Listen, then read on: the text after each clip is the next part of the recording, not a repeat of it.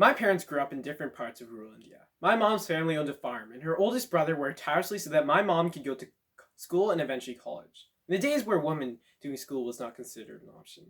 My dad was thrown out of his home for his beliefs and was forced to pay for his own education.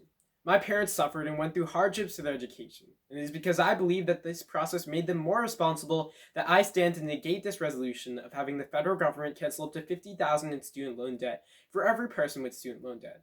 The facts are clear. When we cancel student debt, bad things happen. President Calvin Coolidge once said that it is much more important to kill bad bills than to pass good ones. Today, we will be following that exact advice by putting this policy on trial. We will be acting like the Senate, and we will debate this bill.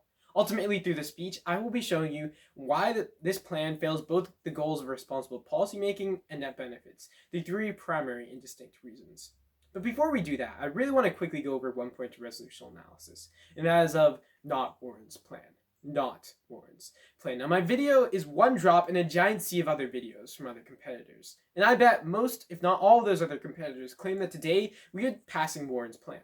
But that assumption is wrong. While Warren has a very similar policy, the policy we are debating today is whether or not we should cancel up to $50,000 in debt to all students, not just some.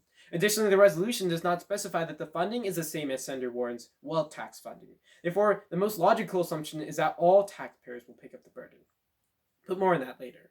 The first distinct reason why I believe that passing this plan would be a bad idea is that it would be unfair policymaking. Unfair policymaking. This is due to three reasons. The first reason why this plan would be unfair policymaking is that this policy would only be a one-time policy. Now, the policy we are discussing today is only a one-time cancellation of existing student loan debt.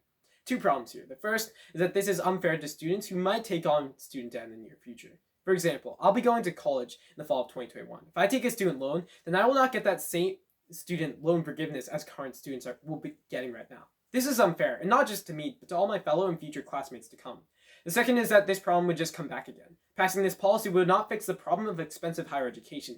It would be just like Hans Bricker, the boy who saved his country from a flood, putting his finger in the hole of the dam without getting any backup help from his country. The second reason why the plan would be unfair policymaking is that this policy would unfairly force everyone to pay for the few. Not everyone goes to college, but by passing this policy, those who decide not to go to college will be forced to pay for those who do via their tax money. That is unfair. But the third reason why the plan would be unfair policymaking is that this policy would steal from the rich to give to the poor. President Coolidge once said that we shouldn't expect to build up the weak by pulling down the strong, and I can't agree with him anymore. This policy is essentially robbing those who are better off so that those who aren't can catch up. Now, don't get me wrong. I'm not arguing that we hit the lower class in the head or anything like that.